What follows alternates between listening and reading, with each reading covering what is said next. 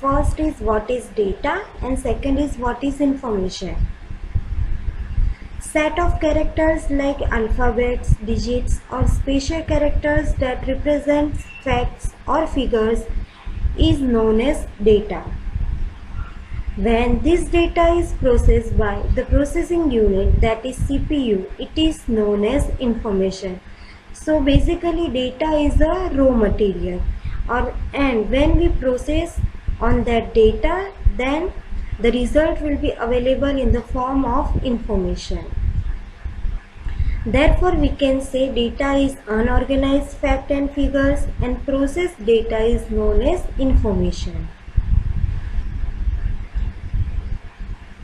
If a teacher wants to find highest and lowest scorers in your class, then teacher will input the marks.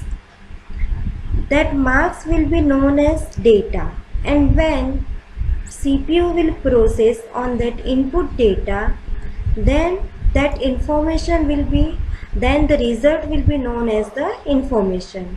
Now you will clear with data and information. We will take the another example. Let's say while we are booking the railway tickets, if we provide detail like source station, destination, date of journey, number of person traveling to the computer, this data is processed by the computer and you get the railway ticket.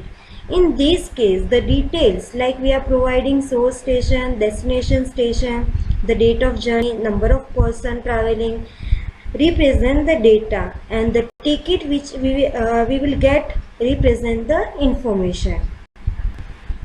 Now next topic is data storage unit. Now the input data is converted into machine understandable code called machine code. A computer can understand only two states, that is 1 and 0. 1 is known as on state and 0 is known as off state. So whatever we are feed into the computer gets converted into the machine code, and computer can understand these only two digits, 1 and 0. This two digit is known as binary digits or a bits. So the full form of bits is binary digits. The data stored in computer memory in the form of bits and measured in bytes. This is the memory size chart.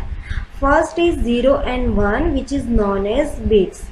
Now if we group this 1 and 0, then the 8 bit of 0 and 1 will be known as 1 byte. That is, for example, 0 1 0 0 1 0 1 0.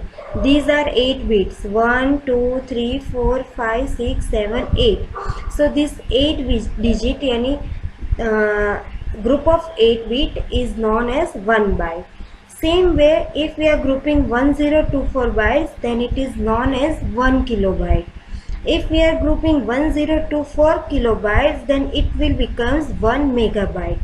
If we are grouping 1024 MB, then it will converted into 1 gigabyte, that is GB.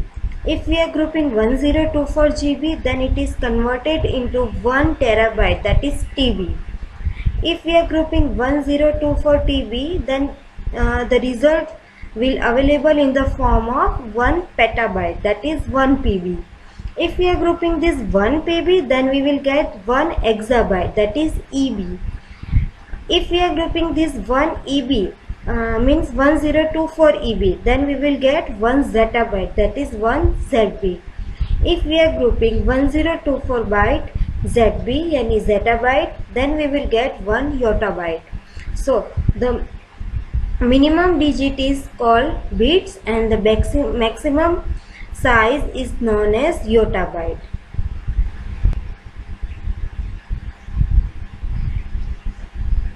Now we will see types of memory. See here, memory can be classified into two types. First is primary memory and second is secondary memory. Primary memory is also known as internal memory and secondary memory is also known as external memory. In primary, we can again divide it into two categories, that is RAM and ROM. The secondary memory